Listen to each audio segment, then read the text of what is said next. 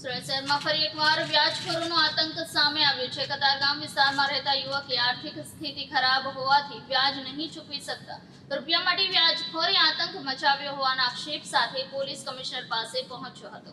કતારગામ વિસ્તારમાં રહેતા પિયુષ મંગુકિયા 11 મહિના પહેલા વેપાર ધંધાર્થે હરેશભાઈ જફડિયાના હસ્તક ભરતભાઈ ઝડફિયા અને જિગ્નેશભાઈ ઇટાલિયા પાસેથી વ્યાજે મેળવ્યા હતા। ધંધાના આર્થિક નુકસાની વેઠવાનો વારો આવ્યો હતો, જેથી તેની આર્થિક સ્થિતિ ખરાબ હોવાને કારણે વ્યાજ ચૂકવી શકવામાં સક્ષમ નહીં હોવાથી તેમને હરેશભાઈ જફડિયાએ કહ્યું।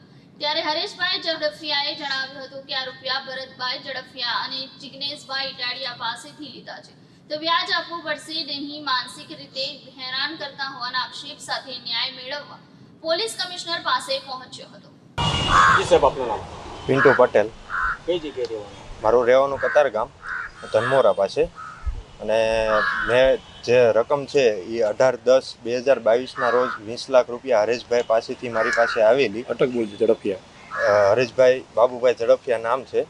અને જે હરેશભાઈને મેં ધંધાની અંદર નુકસાની જતાં મેં એને કીધેલું કે તમારા રૂપિયા છે એ આપી દઈશ હું તમને, અત્યારે તમે વ્યાજ બંધ કરી દો। એટલે હરેશભાઈ ઝડફિયાએ મને એવું કીધું હતું કે ભરતભાઈ ધનજીભાઈ ઝડફિયા મારા ભાઈના પૈસા છે, એટલે વ્યાજ બંધ નહીં થાય, એટલે એ વ્યાજ બંધ નહીં થાય। અને પછી એ લોકોને મેં રિક્વેસ્ટ કરેલી કે ભાઈ આવડવા છે, તમે અત્યારે ધંધો બંધ છે એટલે તમે થોડોક ટાઈમ ખમો, એટલે એ ખમવાલ નહોતા।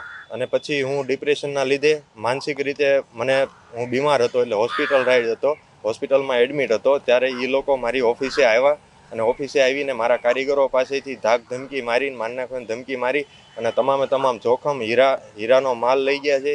હીરાનું જોખમ, મશીનરી, ફર્નિચર, એસી તમામ ઓફિસમાંથી લઈ ગયેલ છે। કેટલાની રકમ હતી? આશરે તમામ મશીનરી થઈ અને હીરાનું જોખમ થઈને ટોટલી 35 લાખ આજુબાજુની તમામ જોખમ હતું। તમે પોલીસ ફરિયાદ કરેલી? મેં મેદરપુરા પોલીસ સ્ટેશનની અંદર ફરિયાદ કરેલી। પછી મેદરપુરા પોલીસ સ્ટેશનની અંદર ફરિયાદ કરતા એ લોકોએ મારી પહેલી અરજી હતી ફાઇલે કરેલી। પછી સીપી સાહેબને રૂબરૂ મળેલો, સીપી સાહેબને મેં 2 વાર અરજી કરેલી છે, એની તપાસ હતી, એમાંય તેને મારી અરજી ફાઇલે કરેલી છે। પછી એક અરજી મેં આપણે ગૃહ રાજ્ય મંત્રીને પણ આપેલી છે, એની તેમ તપાસ ચાલુ છે। તમારી માંગ છે? અત્યારે મારી માંગ છે કે મારું જે જોખમ છે, અમારે જે હિસાબ હતો એ મારે દેવાઈ ગયેલો છે। મારે આશરે 31 લાખ રૂપિયા એમની પાસેથી લેવાના નીકળે છે, છતાં એ લોકો મારી ઉપર દબાણ કરે છે અને મને મારો માલ સામાન આપતા નથી। એટલે મારે માંગ છે કે મને ન્યાય મળે સીપી સાહેબ। સાહેબ આપનું નામ? મારું નામ કલ્પેશ રાઠોડ છે ને હું ઇન્ટરનેશનલ હ્યુમન રાઇટ એસોસિએશનમાં સેવા આપું છું। અત્યારે કમિશનર કચેરી શાના માટે આવ્યો? હાલ હું મારી આઈએચઆરની ટીમ શ્રી જયેશભાઈ ગુર્જર, હરીશભાઈ ગુર્જરનાઓ અમે તમામ લોકો એક આવેદન લઈને આવ્યા છે, જેમાં સીપી સાહેબને રજૂઆત કરવાની છે કે એક વ્યક્તિ જેનું નામ પિયુષ મંગુકિયા છે, તે છેલ્લા 11 મહિનાથી વ્યાજખોરોથી હેરાન થઈ અને અરજી પર કરી મેદરપુરા પોલીસ સ્ટેશનના ધક્કા ખાય છે।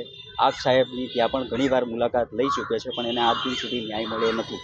આ પ્રકરણ આ પ્રકારે છે। આ પ્રકરણની અંદર છેલ્લા 11 મહિનામાં પિયુષભાઈ મંગુકિયાએ એવી રજૂઆત કરી છે કે હરેશભાઈ એમના હસ્તકે એમને 20 લાખ હરેશભાઈ ઝડફિયા એમના હસ્તકે એમને 20 લાખ રૂપિયા વ્યાજે લીધા હતા, અને ધંધામાં નુકસાની થતાં એ વ્યાજ ચૂકવી શકેલ નહીં, જેની રજૂઆત એણે કરી હતી કે હું હાલ વ્યાજ ચૂકવી શકતો નથી। તે છતાં હરેશભાઈએ જણાવ્યું કે ભાઈ હું આ પૈસા ભરતભાઈ ઝડફિયા અને જિગ્નેશભાઈના છે, એટલે હું વ્યાજ તો બંધ કરી શકીશ નહીં અને તારે વ્યાજની રકમ તો ચૂકવવી પડશે।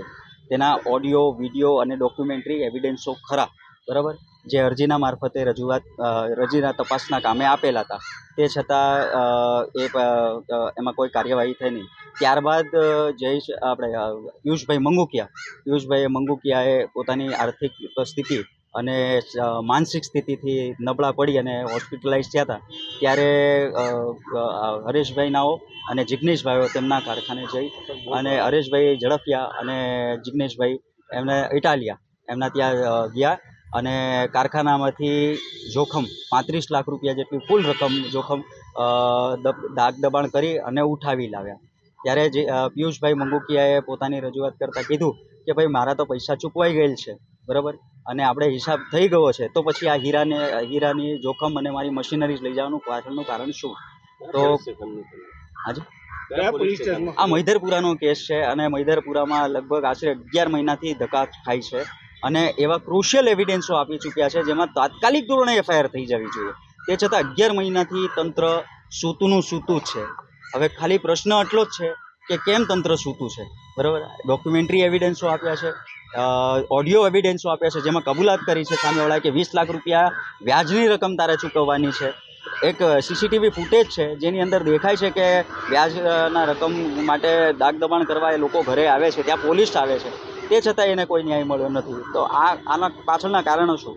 એક આવેદનના મારફતે આજે સીપી સાહેબની રજૂઆત અમે કરીશું અને આ પ્રશ્નો સાથે એવી ન્યાયની માંગણી કરીશું કે તાત્કાલિક ધોરણે એક એફઆઈઆર આની લેવાય અને અરજદાર અને આવેદનકર્તાને ન્યાય મળે.